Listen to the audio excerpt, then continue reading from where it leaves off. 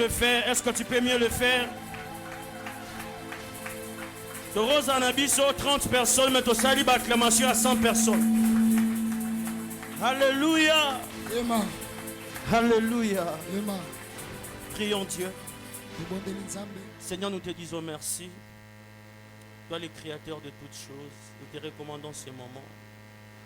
Parle-nous, Père éternel. Nous nous soumettons sous ton esprit.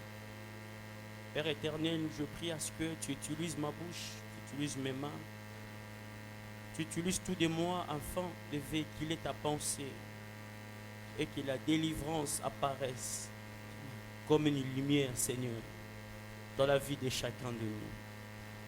Père éternel, j'ai rendu le sang et fait tout ce qui n'est pas de toi.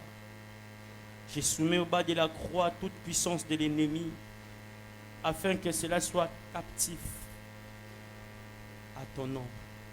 Ainsi je prie, je déclare au nom puissant de Christ Jésus. Amen. Amen. Amen.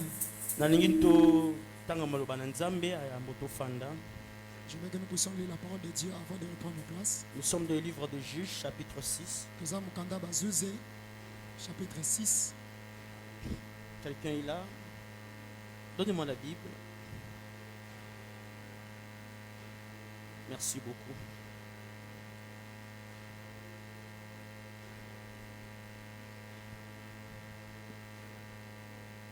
Juges chapitre 6,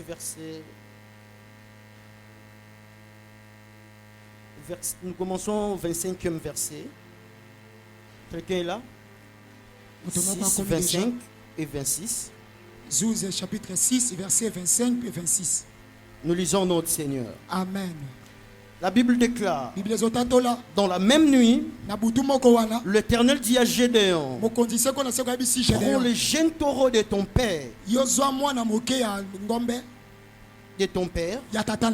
un second taureau de 7 ans.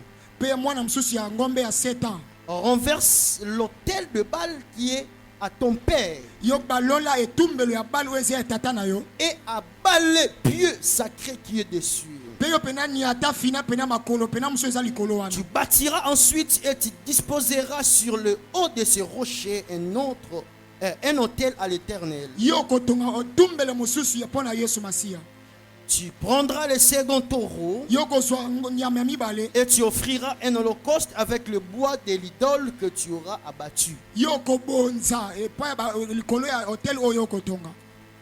Toujours dans le chapitre 6, nous allons dans le 30e verset. Chapitre 6, 30e verset. La Bible déclare, alors les gens de la ville dirent à Joas. Joas était le papa ou le père de Gédéon. Fais sortir ton fils et qu'il meure, car il a renversé l'autel de Baal et a battu de pieux sacrés qui étaient des cieux.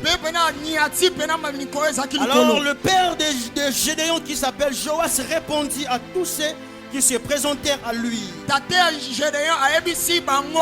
Écoute ce qu'il dit. Est-ce à vous de prendre parti pour Baal? Est-ce que à vous de venir à son secours? Quiconque prendra parti pour Baal mourra. Mourra avant que le matin vienne. Pardon? Mourra avant que le matin vienne.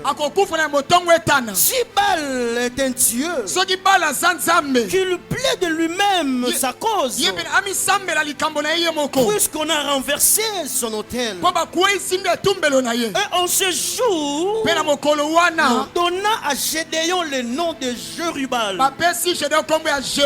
Alléluia. Et en ce jour, lorsqu'il a renversé les autels de Baal, ensuite les hommes sont venus afin de le tuer. Et que son père répond à ces gens pour leur dire, si réellement le Baal est Dieu, si réellement Baal est vivant, qu'en ce jour il se défend de lui-même.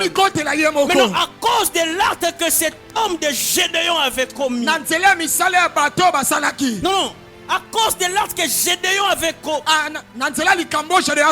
posé. Alors ces gens ont regardé. La Bible déclare en ce jour, l'on donna à Gédéon le nom de Jérubal, en disant que Baal plaide contre lui. Pardon. Je suis où là?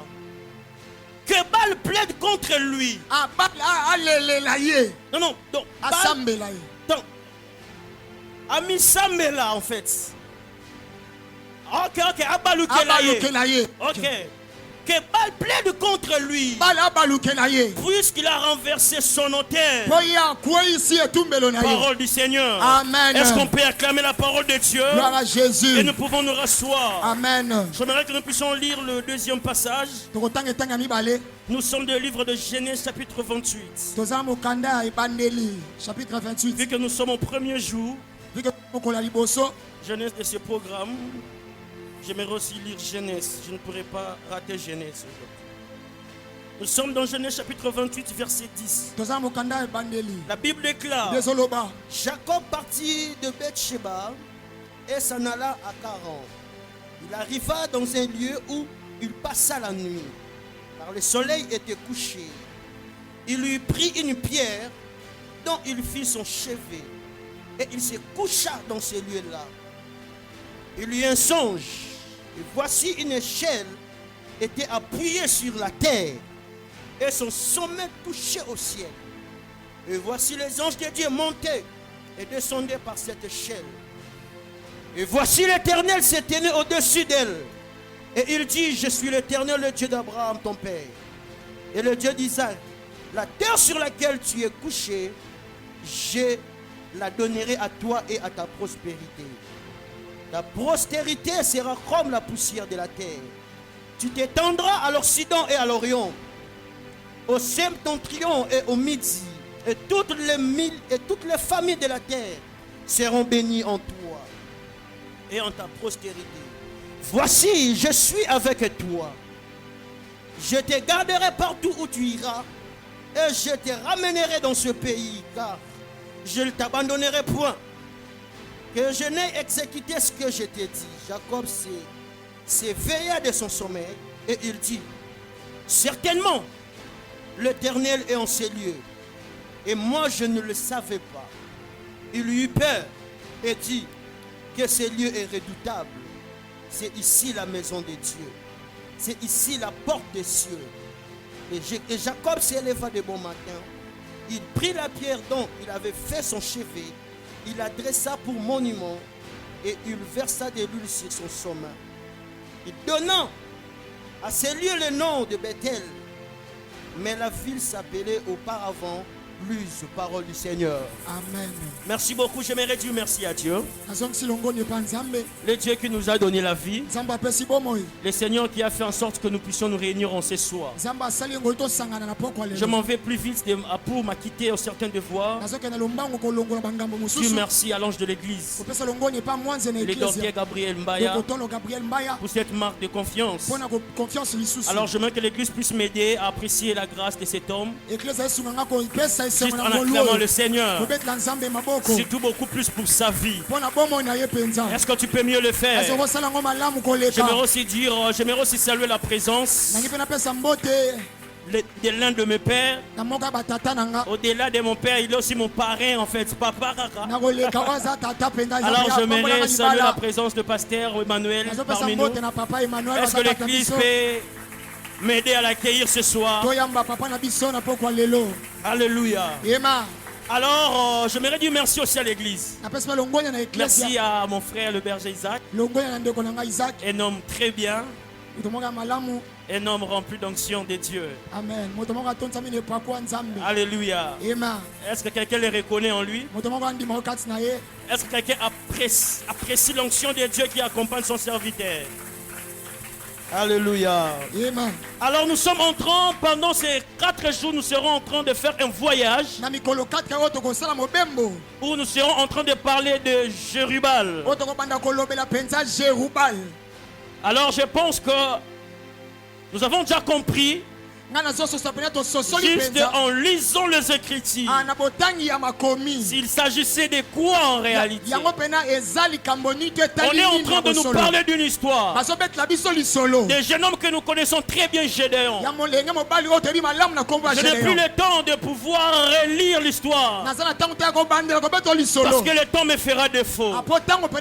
Seulement ce que je demanderai au modérateur, après un message, que le message d'aujourd'hui soit le sujet de prière de demain pendant la modération. Parce qu'en réalité, ce soir, nous ne serons pas en même temps s'enseigner et prendre beaucoup de temps pour la prière.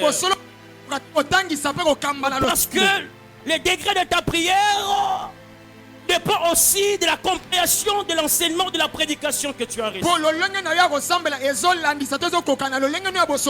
Parce que les choses auxquelles nous devons partager ce soir, c'est un grand terrain, c'est un grand enseignement que je ferai juste l'effort de les condenser dans une prédication.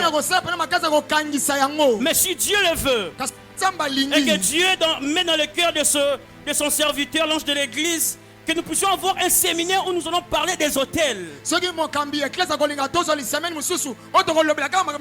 on doit parler de ça en profondeur. Parce que j'ai comme l'impression, nous sommes dans un monde aujourd'hui là où on doit enseigner, de prêcher. Parce qu'il y a tellement beaucoup de courants d'évangile aujourd'hui. Il y a des évangiles où les gens contredisent les hôtels. Un chrétien peut tomber sur une telle prédication où un pasteur est en train de refuser qu'il n'existe pas les hôtels. Il n'existe qu'un seul hôtel qui est la croix de Golgotha. Mais pourquoi on vous parle encore des hôtels des familles? Alors il faut que l'église soit enseignée sur ces choses. Il faut que l'église puisse comprendre. Et ces soubassements doivent venir par les enseignements. L'église doit être enseignée. Frères et sœurs, les hôtels n'ont pas commencé sur la terre. Les hôtels, c'est le problème des hôtels a commencé dans le ciel. Les hôtels n'ont pas commencé avec le temps de l'église ou le temps de la grâce. Les hôtels ont commencé avant même la nouvelle alliance. Lorsque l'homme a péché, Dieu ne parlait plus. Alors Dieu ne parlait que là où un homme bâtissait un hôtel. La Bible déclare, après que l'homme ait péché dans le jardin d'Éden, Dieu ne parlait plus. Jusqu'au jour où Abel décida de bâtir un hôtel et de prendre son offrande. C'est alors que Dieu parle.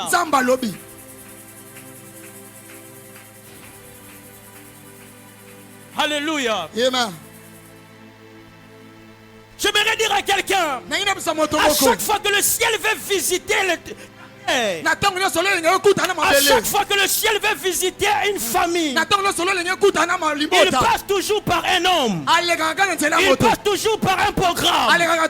Je suis venu dire à quelqu'un que ce programme de prière, c'est une convocation solennelle venant de Dieu, où le Seigneur a appelé les familles, parce qu'il a décidé depuis l'éternité de pouvoir mettre fin à un cycle de malédiction de la famille de quelqu'un. Mais qui me donne un bon amen, que ça tombe sur lui. J'étais en train de dire, c'est 4 jours. Et pour toi que tu es devant moi là, je déclare pour ta vie ce soir que ces 4 jours sont venus afin que tu puisses commencer de nouvelles choses. Même si tu l'as commencé faible, je déclare que tu ne le finiras pas faible. Mais pourquoi tu me donnes pas un bon amen? J'étais en train de dire, tu as commencé ces 4 jours faibles. Je déclare et je prophétise que tu ne le finiras pas. Alléluia.